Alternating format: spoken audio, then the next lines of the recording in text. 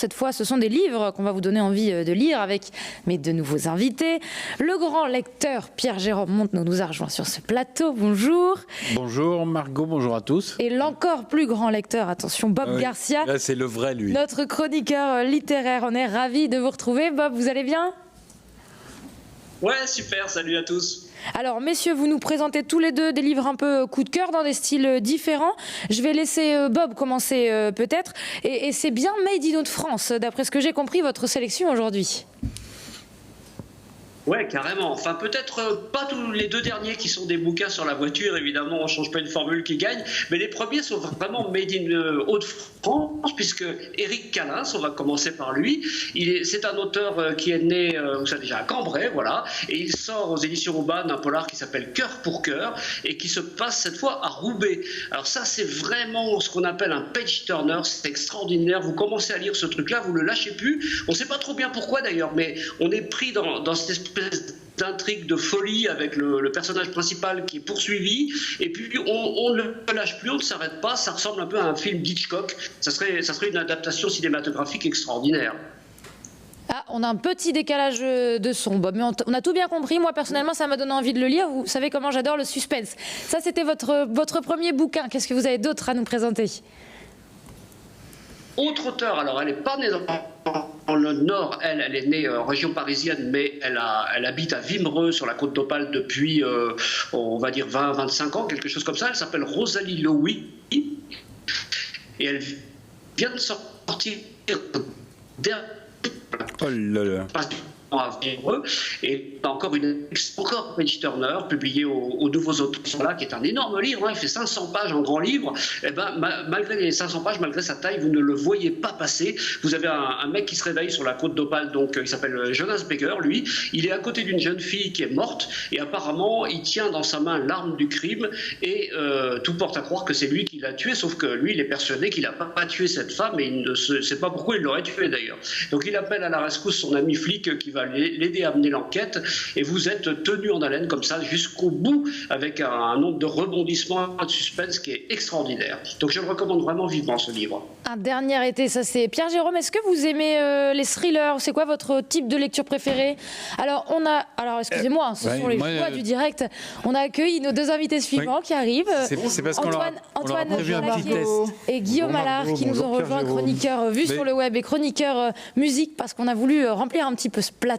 Ils arrivent un peu à l'avance parce qu'on va faire une espèce de blind test des films avec vous dans quelques instants, Pierre-Jérôme, pour le petit Larousse des films. Mais je vous demandais quels étaient vos livres préférés à vous. Eh ben, ce sont les livres et les récits de voyage. Que vous préférez ? Oui, c'est vraiment, je rentre là-dedans. Je suis d'ailleurs en train de lire un récit d'un voyage de deux aventuriers qui se sont perdus dans les îles Auckland, en dessous de l'Australie, et ils ont fait le récit de ces 2 ans où ils ont attendu d'être sauvés, et ça a inspiré Jules Verne, qui est Damien, pour l'île mystérieuse. Ah ben, vous allez nous en présenter un, on va faire chacun son tour, hein, pourquoi pas, soyons fous. C'est déjà mon tour ? Bah oui, après Bob, ce sera à nouveau son tour, on fait bon, d'accord. aujourd'hui. C'est parce qu'en fait vous m'avez donné envie de voyage là d'un coup, donc je vois la belle couverture du bouquin. Bah oui, alors du coup, c'était pas l'ordre dans lequel on avait prévu, mais c'est pas grave, le réalisateur va suivre. Je voulais vous présenter, et là on va vraiment voyager très loin, Voyage en mer française. Alors ça, c'est fait par Olivier Poivre d'Arvor, le frère de l'autre.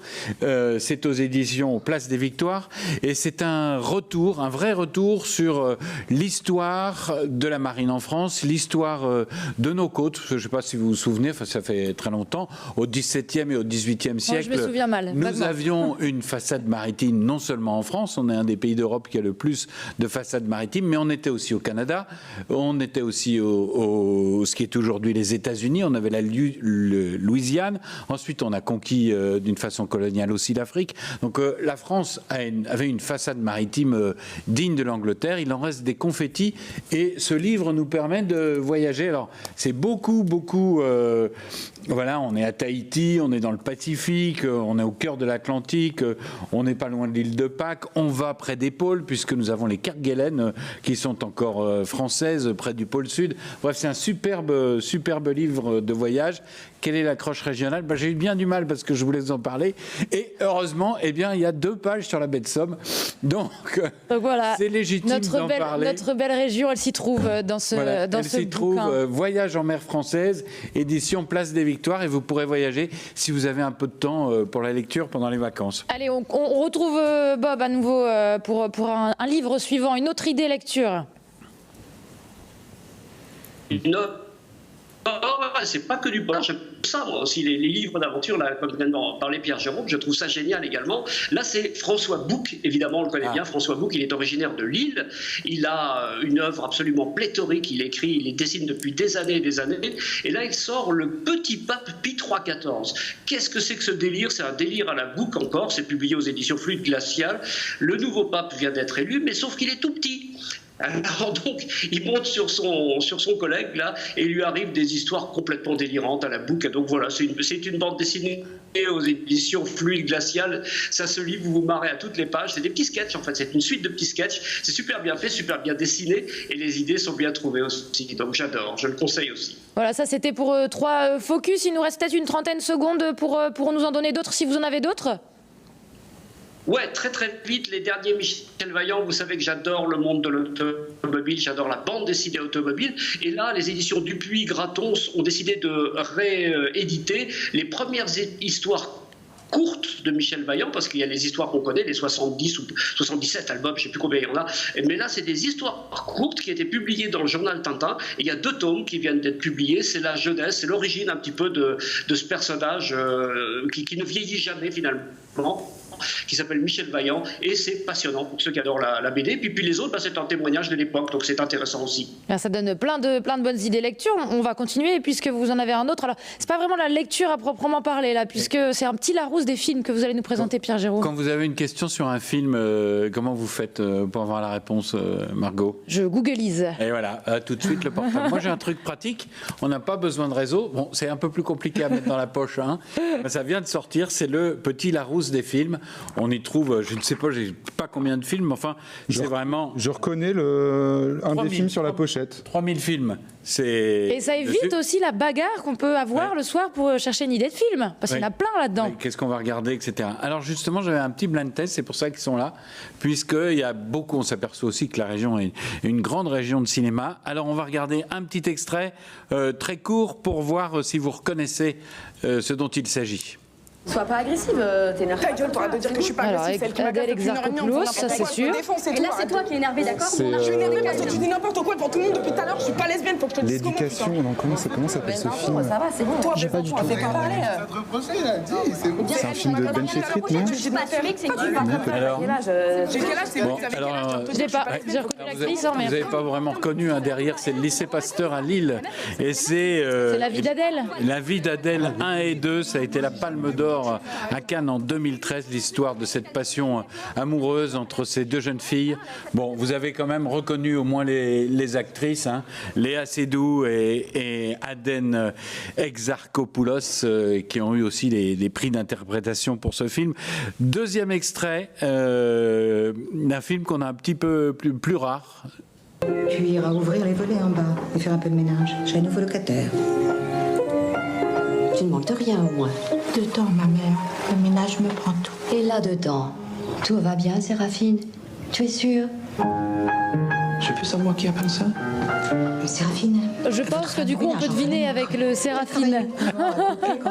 Voilà, Margot. Tiens, on me regarde du coin de l'œil. Est-ce qu'elle a percuté? Oui, elle a percuté. Mais je ne l'ai pas vu, je vous avoue. C'était un formidable Jean-Claude Moreau dans ce film de Maxime Prouveau. Il a été tourné à Senlis. Et que raconte Séraphine? C'est l'histoire d'une bonne, une petite bonne au début du siècle, qui va devenir une grande peintre naïve parce que dans la maison où elle sert, il y a un critique d'art et que Séraphine, à côté de son service, peint des tableaux naïfs et elle va comme ça devenir une véritable artiste connue et reconnue au début dans les années 20 à ce moment-là.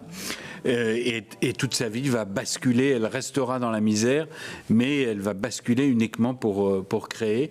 Et c'est aussi un film de la région. Après, on ne va pas tous les faire, mais vous pouvez les retrouver dans ce petit Larousse des films, 3000 films, 300 filmographies. Voilà, pour ceux qui aiment le 7e art, c'est une occasion de retrouver aussi tout ce qui se tourne dans la région. Ah, c'est fini le blind test. On a été mauvais quand même. On a été très Je n'ai servi à rien. Alors par contre, moi je peux vous donner le film qui a sur la pochette, Pierre Jérôme, c'est Itinéraire d'un enfant gâté. Avec, Effectivement. Oui. Vous en voulez un autre? Non, il reste une seconde.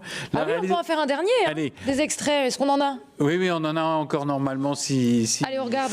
Ah oui, Excusez-moi de vous importuner un petit peu, mais j'ai un message à vous transmettre de la part de ma copine. c'est Élodie Boucher, qui était tournée à Lille. Comment s'appelle ce film? Depuis plusieurs mois déjà. Et elle est très timide, elle n'ose pas vous parler, mais elle connaît tout de vous. Elle sait que vous êtes quelqu'un de très Moi, je n'ai pas. Je me souviens plus, je l'ai vu. Élodie Boucher. Je réalise, cela dit, que je suis aussi nulle avec les blind tests de films qu'avec vos blind tests de musique. Alors on va revenir, c'était un très beau film, effectivement, aussi tourné à Lille avec Élodie Boucher, bravo, Natacha Régnier, c'était en 1998 et ça s'appelle La vie rêvée des anges. Ce sont deux jeunes filles d'origine modeste lilloise qui essayent de sortir de leurs conditions. L'une va réussir et l'autre va rester d'origine modeste et c'est l'histoire de cette amitié qui se délite. C'était un très très très beau film, prix pour les deux jeunes filles de la meilleure actrice à Cannes. Mais voilà, vous retrouverez tous les détails dans le petit Larousse des films. Ça se transporte avec soi. Oui, c'est très pratique. Très facile. Quoi. Ouais. Merci en tout cas Pierre-Jean, merci Bob pour votre participation aussi, puis on vous retrouve très vite.